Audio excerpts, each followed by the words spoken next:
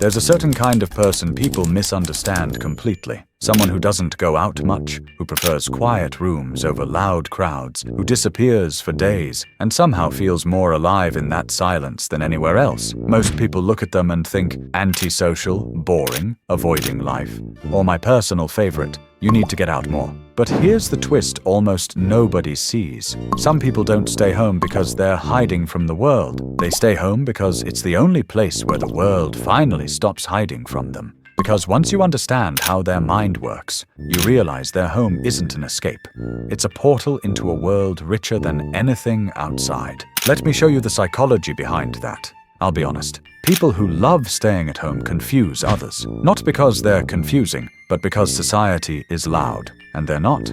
They're the people who feel most alive when the outside world finally shuts up, when the expectations drop, when they can just breathe in a space that doesn't demand anything. Everyone else thinks they're avoiding life. Nah, they're just engaging with life differently, deeper, slower, more intentionally. They're not scared of the world, they just don't feel the need to perform for it. Here's the wild part. Research from personality psychology shows some people aren't externally stimulated, they're internally stimulated, meaning their mind is already running a whole universe, ideas forming, storylines weaving, thoughts stacking, emotions pulsing, and home becomes the safest place to let that internal world breathe without interruption. There's actually a term for this: high internal self-presence. It's when your internal experience is so rich, the outside world feels like background noise. Their joy lives in quiet rituals, tiny routines, soft moments, predictable mornings, slow afternoons.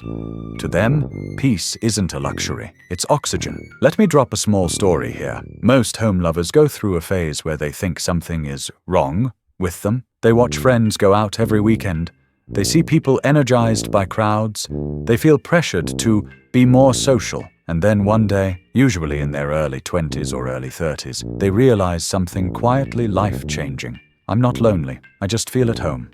At home. It hits like a warm shock. That peace they feel in solitude, that calm silence, that ability to sit alone without craving noise, that's not avoidance. That's alignment. It's the moment they stop apologizing for who they are. These people aren't simple. If anything, they're the ones who think deeply, feel intricately, notice details others miss, empathize intensely, absorb emotions like a sponge. They turn small moments into entire stories. They feel the emotional temperature of a room instantly. They see through people without trying. Psychologists would call this high emotional acuity.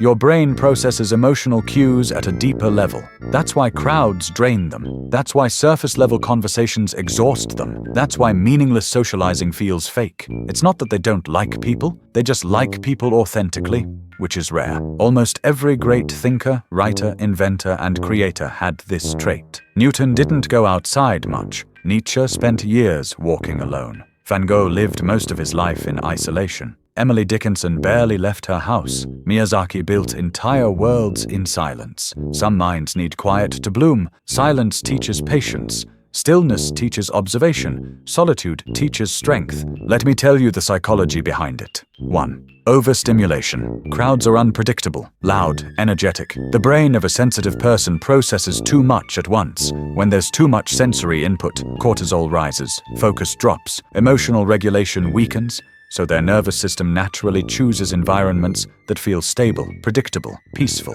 2. Trust and emotional safety. This one's deeper. Home lovers give trust slowly, not because they're guarded by choice, but because their emotions run deep enough to drown in. If they care hard. If they love deeply. If they feel pain, they feel it fully. That level of intensity requires safety. 3. Preference, not avoidance. This surprises people. Home lovers aren't always shy, not always introverted, not always socially anxious. Many of them actually speak well, connect deeply, hold meaningful conversations, enjoy certain people intensely. They're not avoiding life, they're curating it. There's something beautiful here. People who love staying home feel life internally before they feel it externally. They can sit with a cup of tea and experience nostalgia, peace, hope, memory, curiosity, grief, joy, all in one moment. Quiet doesn't scare them, it educates them. If you're one of these people, hear me clearly. There's nothing wrong with you. Not a single thing. Society just values loudness, visibility, constant activity, being on. But the world needs quiet minds, deep hearts, people who think before they speak, people who feel before they decide. The world moves fast, but you move intentionally. I'll reveal something I noticed about myself. There was a time I worried I'd be forgotten. Like if I wasn't constantly present, people would outgrow me. But the more I sat with myself, really sat,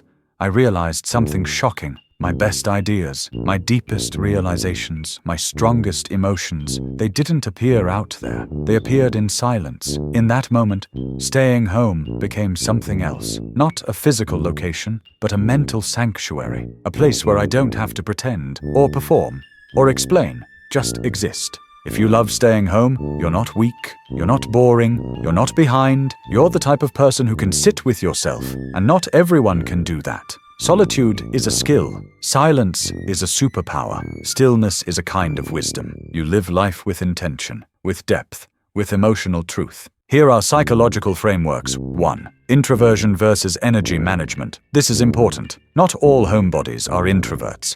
Some are just highly sensitive to energy shifts. Some just value predictability. Some simply recharge internally. It's about emotional energy, not labels. 2. Trust, vulnerability, and emotional boundaries. People who love staying home often love deeply, trust selectively, feel intensely, invest, slowly detach peacefully. Their emotional boundaries are strong because their emotions matter. 3. Cognitive depth. Their imagination is a whole studio. Silence becomes a production room. Their mind is always creating, meaning, ideas, scenarios, possibilities. 4. Environmental control. Home equals control, not perfection, just safety. Let's get real. Some people stay home because they've been hurt, used, rejected, misunderstood, overwhelmed, and their home became the one place where the pain stops echoing. This isn't weakness, it's adaptation. Home lovers dream big, just quietly. Their goals are meaningful, personal, internal. They don't need an audience to evolve. Home does not equal hiding place. This is the twist.